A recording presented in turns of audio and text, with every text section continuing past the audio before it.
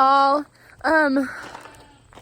We are currently avoiding nap time. So we came outside to hopefully help Daddy Joseph hook up the 4440 to the grain cart, which doesn't look like he's done anything yet. And then he's gonna get out in the field. So won't you come farming with us?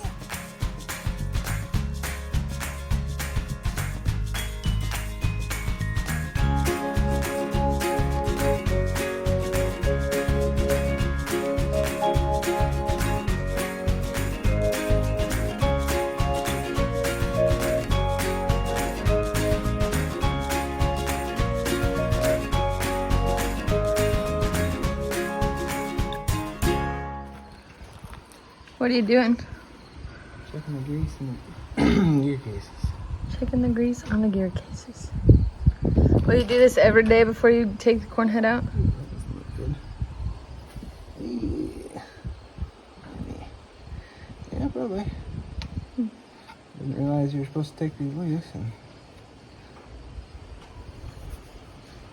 read the book. And got yard. Well, good thing for a manual, huh?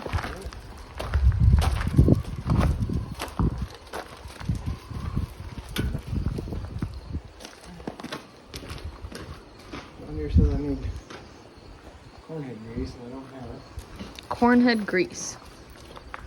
You're just gonna use regular then? I might stop and get some tomorrow and home from work. For today, I probably will. I said it'll work, it's just breaks down when the cornhead. I wonder what the difference is. It's just the ingredients of the grease, I don't know. So,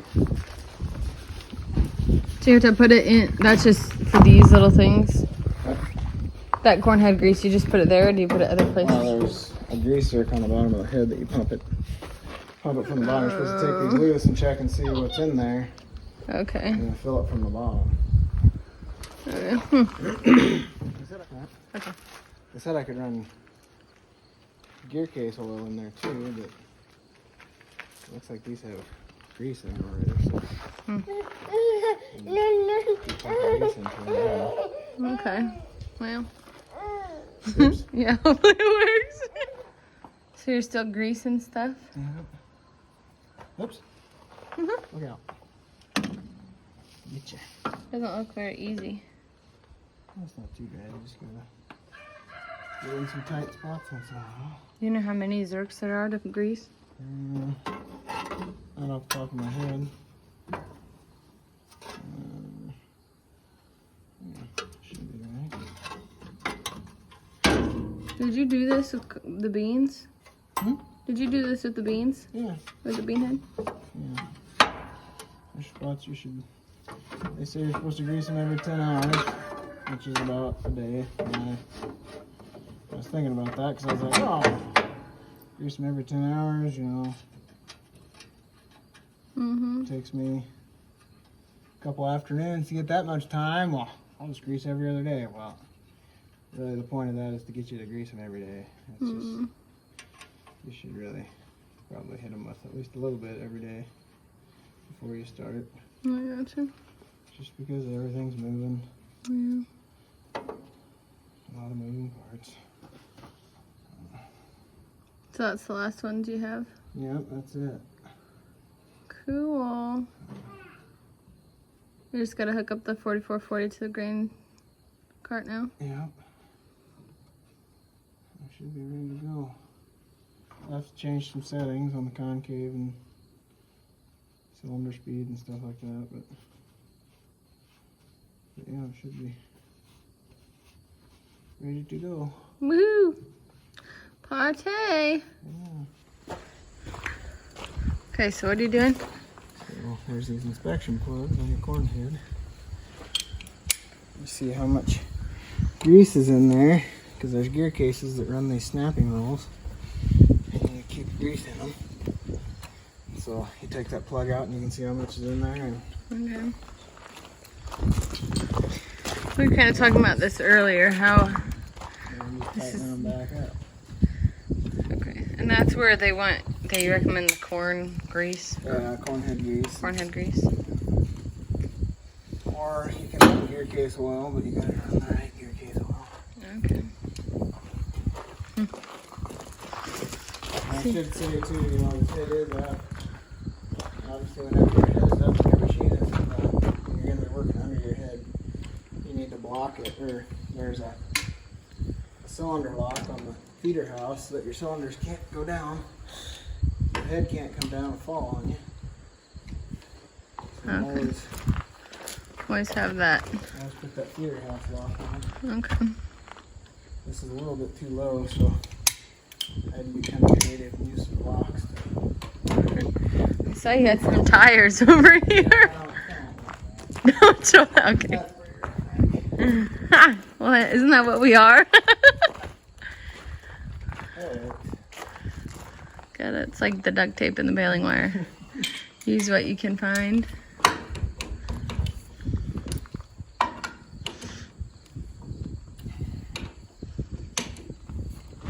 So you were talking about you can get a different kind of,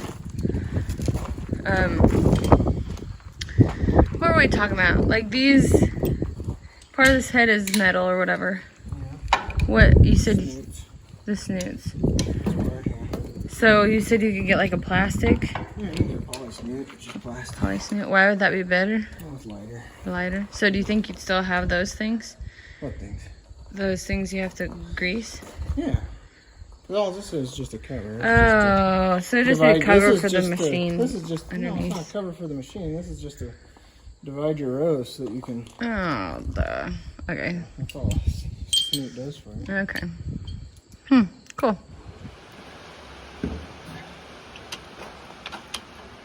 You have a light in there so I can see what you're doing. You got a light on your phone. You're just greasing something. Yeah, there's a bank of grease sticks here that have steel lines that go up to what they need to use. Okay. So did you fuel up already? No, I haven't even gotten out of the shed yet. And your dad's putting the corn grease on? Well, I tried to put the corn grease on and it wouldn't take it. Well, that's weird. So they must be full enough that they don't want no more. So hopefully that's not a bad thing. Yeah. But it looks like they fixed the tire on this grain cart. Yeah. That's what you're talking about. So it's day 2 of corn harvest and we aren't in the field yet. It's the evening. We still need to fuel up like you guys heard.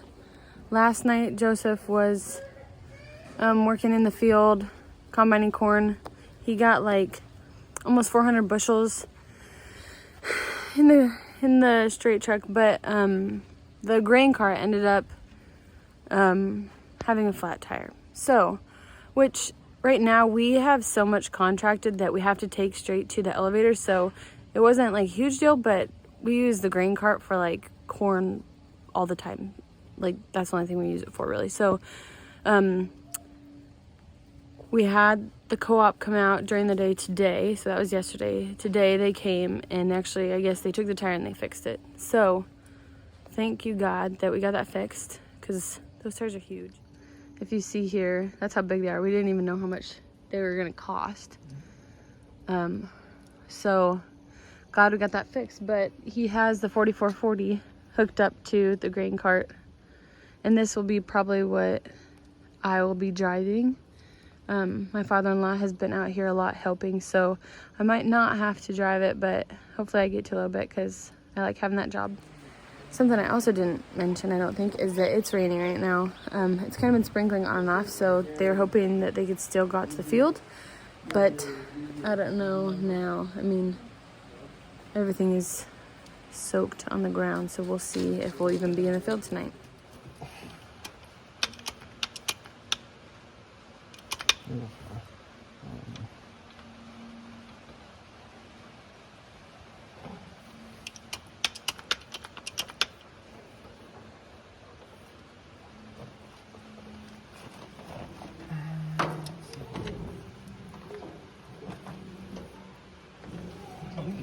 Oh, because it starts corn man, duh.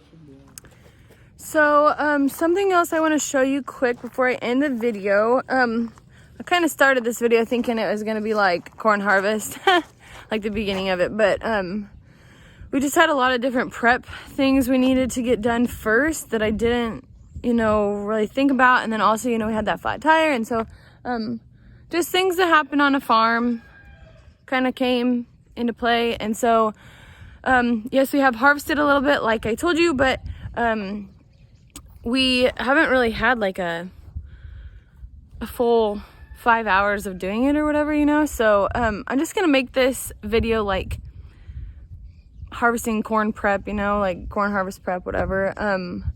But I want to show you one more thing before I go. So if you look over here, I think Joseph and my father-in-law got this set up last night. We have the 3010, the John Deere 3010, hooked up to the auger, which of course goes to the bin.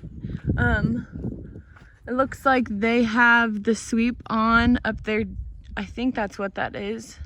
Yes, the cord. If you see the orange cord running up the bin, I'm pretty sure that's a sweep. And then we have the gravity wagon over here setting right by the auger, well, set up to unload to the auger. So what will happen, and if you've seen any of my videos about harvest from last year, we have the grain truck or the grain cart hooked up to the tractor. Basically me or whoever's running the grain cart, the tractor and the grain cart will, Joseph, when he gets a full load of corn in the combine hopper, he will unload that through the combine auger into the grain cart. Then we will, once the grain cart is full, we'll bring the tractor and the grain cart over here. It'll basically set right here. The auger will come up here, drop into the gravity wagon, and then we will come and open this hatch here. The corn will pour into the auger. The auger will go up, or the corn will go up, up, up, up, up, up, and that's how it gets into the bin, if you don't know. The tractor is running because that's kind of what gives it some of the power. I don't know if it's the PTO. I'll have to ask Joseph for sure, but I know you have to turn the PTO on, and you kind of rev it up to make it go faster or slower, the auger, like taking the corn up. So that was some other prep that got done last night. And honestly, we did not get in the field. We did not get in the field because it did rain a little bit, and then just by the time, actually maybe they did get in the field. I'm lying, I didn't mean to. They did get in the field, but I think they just, like I said, we have a contract we need to get filled first before we put any in the bin. And so I think what Joseph did was just fill the straight truck again so that he can take that in. I think we might need one more truckload, so maybe after he takes that one in today, then we will have our contract filled, and then we'll start putting stuff in the bin. And maybe that's why they set this up, because usually we don't necessarily contract corn out until the spring, because the prices aren't ever really super great. But anyways, that is all. So next video will be corn harvest 2022. Thank you guys for joining us today on Thousand Generation Farms. Don't forget to subscribe if you're new here, and check out some of our other videos if you want. Leave us a comment if you want to see something specific on our small farming operation. And like always, we will see you next time.